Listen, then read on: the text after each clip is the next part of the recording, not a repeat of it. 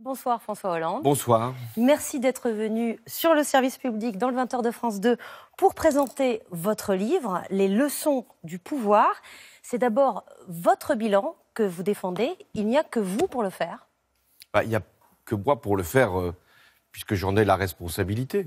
Je ne peux pas demander à d'autres de le réaliser à ma place. Mais d'autres ne le font pas, c'est ça que je voulais dire. Non, mais on n'entend pas tellement de voix pour défendre votre bilan. C'était le sens de ce livre, de pouvoir dire aux Français ce qu'avait été ma responsabilité, mon action, le pouvoir que j'avais exercé dans une période extrêmement éprouvante.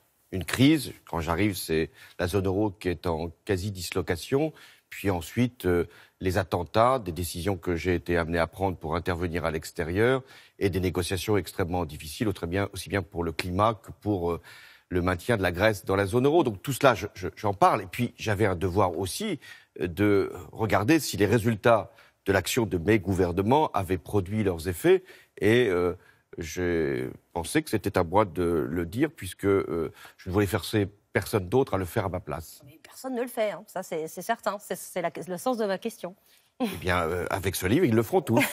On va voir. Car ils auront tous les éléments qui leur permettront de regarder précisément nos résultats. On les connaît, une croissance qui a été rétablie au-delà de 2%. On va en parler. Un déficit du budget qui a été mis en dessous des 3% et 700 000 emplois. Mais je ne suis pas là aussi pour dissimuler les erreurs, Justement. les échecs, parce que j'ai voulu en faire moi-même l'expression des regrets que je pouvais avoir. Votre présidente, vous le dites, devait forcément être jugée à l'aune des chiffres de l'emploi à cause d'une promesse que vous avez traînée un peu comme un boulet pendant tout le quinquennat. On l'écoute. Nous devons inverser la courbe du chômage à échéance de d'ici un an.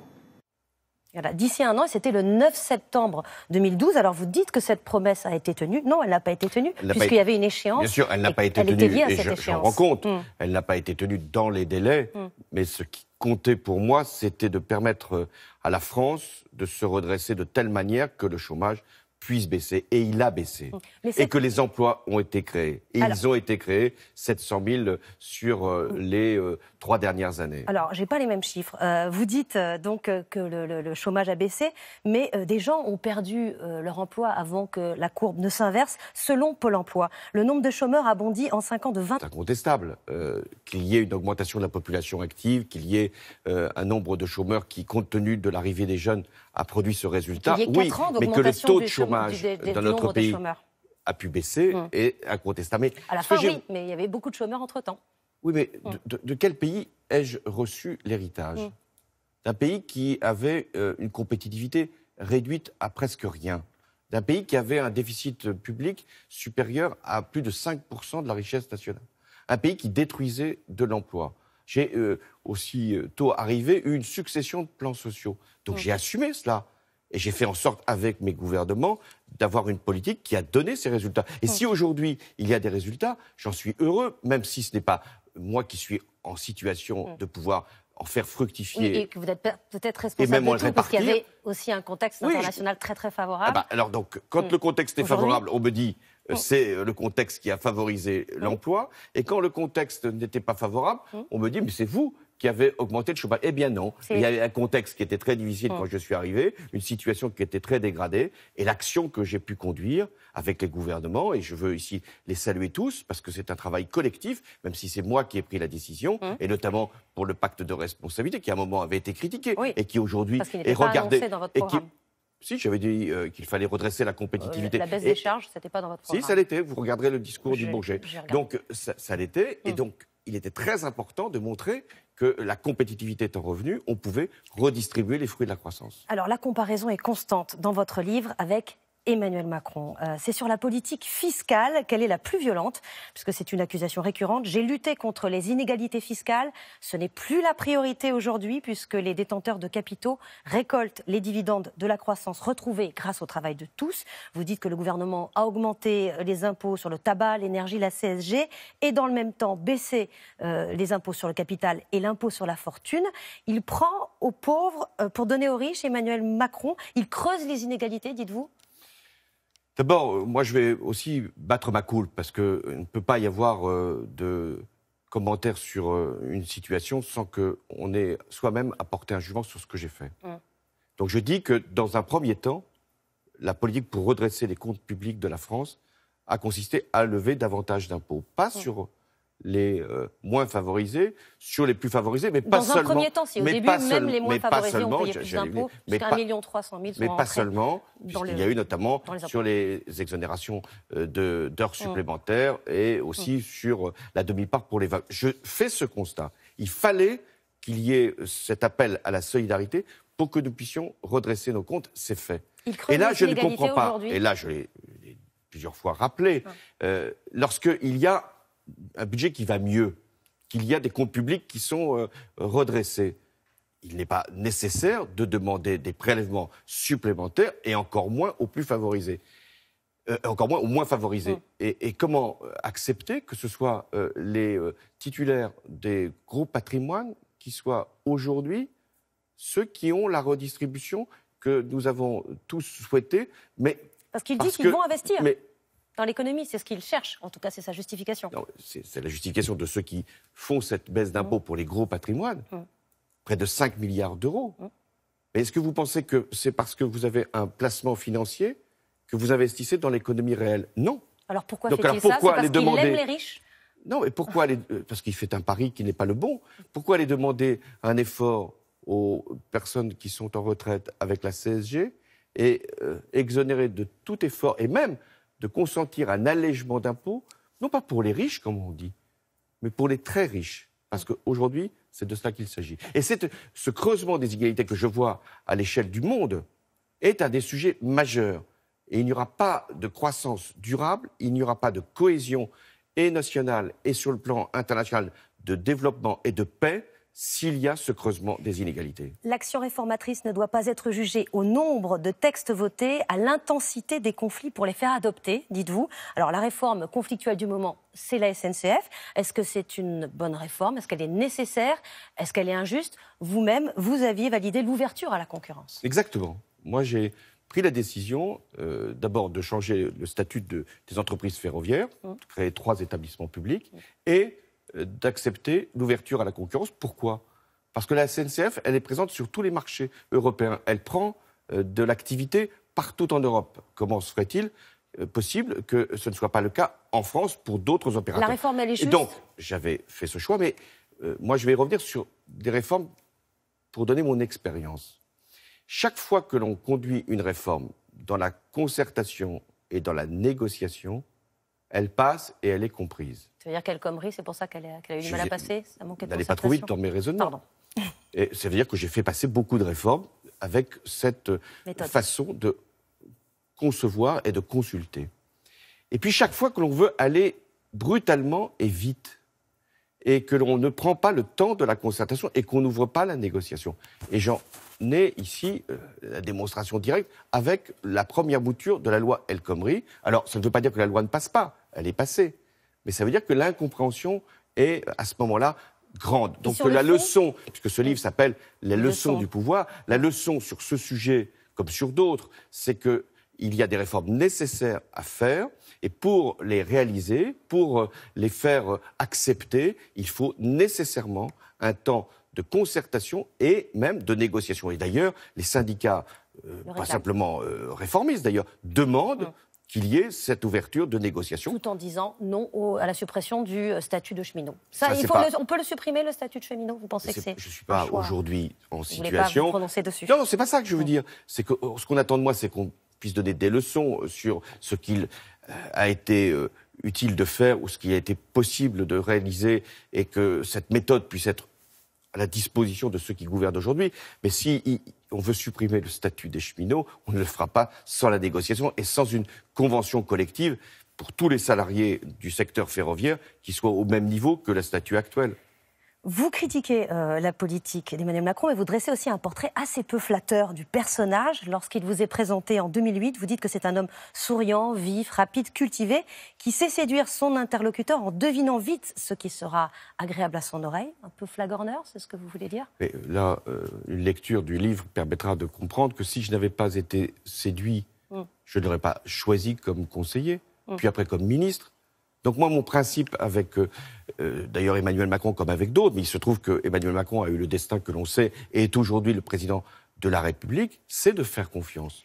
Parce que je crois, dans une équipe, comme d'ailleurs dans le pays, que la confiance, c'est indispensable et que les relations humaines doivent être fondées sur ce principe-là. Et donc, je ne dis jamais que Emmanuel Macron n'a pas de talent ou n'a pas de qualité, parce que si je l'avais pensé, je ne l'aurais pas choisi et appelé auprès de moi lorsqu'il était un total inconnu. Vous dites qu'il croit en son pouvoir de séduction, mais que l'audace et le charisme ne sont pas suffisants, notamment pour convaincre Donald Trump de changer d'avis sur le climat. Ça, c'est aussi une leçon d'expérience, puisque l'on parle... Que vous lui donnez, parce que c'est surtout les leçons à Emmanuel Macron. Mais non, c'est les leçons aux Français par rapport à un exercice du pouvoir qui a été le mien. Mais prenons cet exemple-là, puisque nous sommes dans une actualité internationale.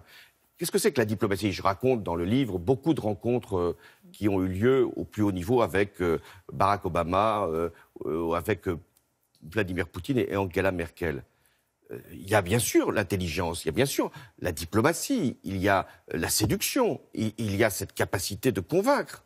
Et elle est indispensable. Et c'est nécessaire qu'un président de la République ait ces compétences-là et ces facultés-là. Et la séduction en fait partie. Mais à un moment, vous vous heurtez à une réalité. La réalité, ce sont des rapports de force.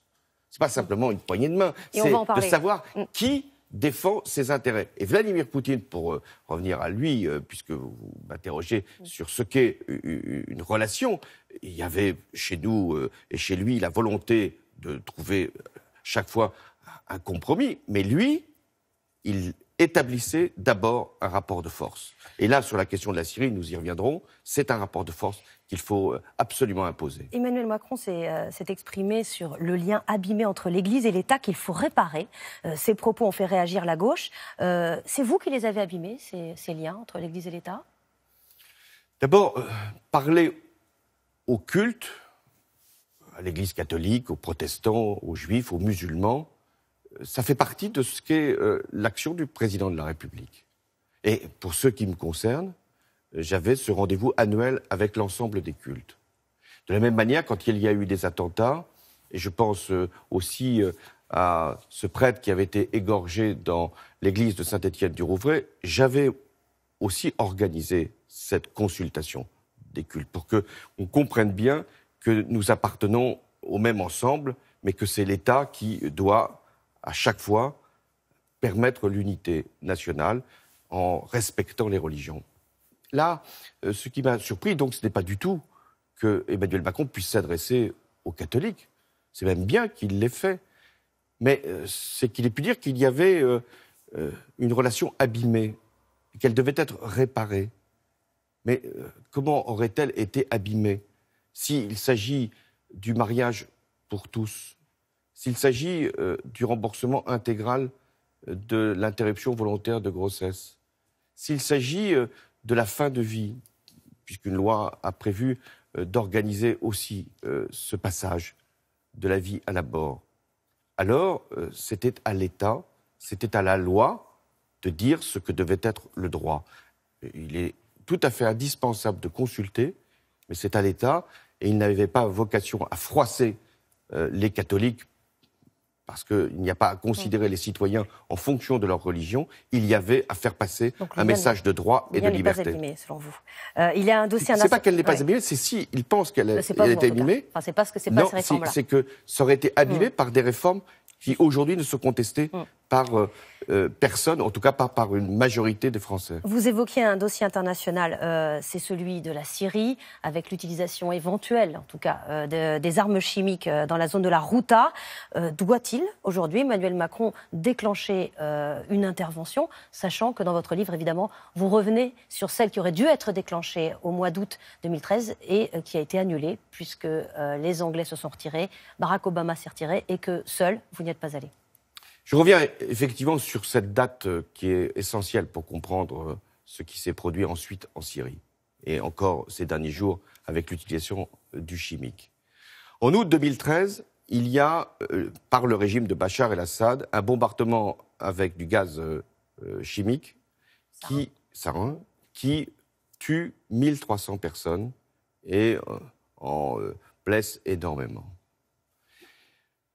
Barack Obama avait fixé une ligne rouge. Je n'avais jamais utilisé cette expression, mais Barack Obama l'avait fixée, cette ligne rouge, en disant s'il y a une utilisation d'armes chimiques, il y aura des réactions. Moi-même, j'ai demandé qu'il y ait une réponse de l'ensemble de la communauté internationale et dit que la France ferait appel à des frappes puisqu'il y avait eu une utilisation d'une arme totalement prohibée à l'échelle internationale. De ne pas l'avoir fait, c'est-à-dire Barack Obama qui considère qu'il vaut mieux passer par la négociation et détruire les stocks chimiques autrement que par une action militaire. Ne pas l'avoir fait a produit une consolidation du régime de Bachar el-Assad. Donc vous avez un regret Attendez, là-dessus? je n'ai pas qu'un regret, j'ai un constat à faire. Et vous auriez pu partir seul? Non, il était impossible de partir seul. Chacun le sait, aussi bien. Donc il faut le faire aujourd'hui, c'est ça? Attendez, on a très peu de temps. Oui, encore. mais c'est sur des sujets, c'est la guerre ou la paix. Donc on ne peut pas traiter ça comme si c'était une anecdote. Donc il y a eu des conséquences extrêmement lourdes, avec notamment le régime qui s'est consolidé, Daesh qui s'est installé, et puis, on le sait, la Russie qui est, avec l'Iran, partie prenante aujourd'hui du conflit. Aujourd'hui, il y a, et c'est contesté que par les Russes, et donc les soutiens du régime de Bachar, il y a eu une nouvelle utilisation des armes chimiques. Des lignes rouges avaient été fixées. Quand une ligne rouge est violée, dépassée, transgressée, la seule réaction possible est une frappe ou des frappes. Alors, je sais que c'est plus facile à dire aujourd'hui qu'à faire, et je fais confiance, parce que là-dessus, je crois qu'il faut avoir un principe de responsabilité. Je fais confiance à Emmanuel Macron et à ces chefs d'État qui ont fixé la ligne rouge, mais ne rien faire serait une impunité et conduirait le régime de Bachar el-Assad à continuer à massacrer son peuple. J'en viens à des chapitres plus personnels dans ce livre. D'abord celui sur les femmes de votre vie. Je suis pudique, dites-vous en commençant ce chapitre, et vous ne dites du mal d'aucune d'elles. Vous défendez même celle qui a écrit un livre relativement violent à votre endroit, Valérie Trierweiler. Et vous dites que c'est son tweet prenant position contre Ségolène Royal qui a provoqué d'abord un drame et aussi votre rupture. Oui, je vous l'avais dit, je suis pudique et j'ai toujours voulu séparer la vie publique et la vie privée. Et là, c'était plus et donc, quand la vie privée vient interférer dans la vie publique, c'est vrai que ça crée des conséquences et des complications. Et sur la vie publique, ça a eu un certain nombre d'impacts, et sur la vie privée, et ça a sans doute contribué à notre séparation. Vous revenez aussi sur la séquence du scooter, ces photos de vous, quand vous vous rendez chez Julie Gaillet, publiées dans la presse People. Vous parlez de transgression intolérable. Est-ce que vous ne considérez pas qu'elle avait été permise par une certaine légèreté? Oui, je reconnais une responsabilité là-dessus. Je pense que c'est difficile pour le président de la République d'être un citoyen comme les autres et d'avoir une vie privée. Mais ce qui s'est passé là, avec cette transgression, aura des conséquences, a déjà des conséquences. Moi, je suis pour une transparence, mais je ne suis pas pour que l'intimité soit violée comme cela a été le cas. Et de ce point de vue, il y a une leçon pour toute la presse. Vous revenez sur ce jour où vous avez décidé de ne pas vous présenter à la présidentielle. Vous dites que ce sont les 7 minutes les plus longues de votre vie. Pourquoi c'était si douloureux? Parce que lorsque je suis en charge de l'État, de l'essentiel, je suis honoré par la confiance des Français et je prends des décisions qui sont lourdes pour leur vie. Donc cesser par une décision de renonciation d'être président, oui, c'est douloureux, mais c'était mon devoir. Parce que les raisons qui me conduisaient à ne pas être candidat étaient politiques. Une gauche divisée, la candidature d'Emmanuel Macron déclarée, et une droite qui était assurée, nous disait-on, et c'était d'ailleurs assez exact au lendemain des primaires, d'être au second tour avec l'extrême droite. Et donc le choix aurait été d'être amené à voter ou pour la droite dure ou pour l'extrême droite menaçante. Donc j'ai fait ce sacrifice. Je l'ai fait. Vous dites que c'est un sacrifice. Oui, je l'ai fait en connaissance de cause. Parce que j'aurais pu mettre mon intérêt personnel. J'aurais pu avoir cette obsession d'être candidat pour être candidat, quelles que soient les conséquences. Et à un moment, j'ai pensé, parce que j'étais président de la République, que j'avais un devoir supérieur. Et vous rappelez que Emmanuel Macron ne vous a pas battu, que ce n'était pas un rival. Vous auriez pu le battre, vous, à cette élection? J'aurais pu, mais je ne l'ai pas voulu. Parce que qu'est-ce que ça aurait donné? Ce n'était pas moi qui aurais gagné, ce n'était pas lui qui aurait gagné. Et aujourd'hui, on aurait un président de la République qui mènerait une politique encore plus dure que celle qui est aujourd'hui... Qui est déjà très dure, c'est ça? Qui est difficile. Alors qu'à mon avis, les conditions économiques ne devraient pas permettre qu'elles le soient pour beaucoup de Français. Mais on aurait ou eu l'extrême droite ou la droite dure. Et vous savez, avec un candidat qui a été discrédité, disqualifié. Vous ne serez plus jamais candidat à la présidentielle. J'ai dit qu'aujourd'hui, je ne poursuivais aucun intérêt partisan, ni aucune ambition électorale. Donc je suis aujourd'hui un citoyen, mais pas un citoyen comme les autres. Je suis un ancien président et ce livre, c'est justement pour éclairer ce qu'est la présidence de la République, ce qu'est d'être président dans un contexte extrêmement lourd où j'ai pris des décisions que je crois ont servi notre pays.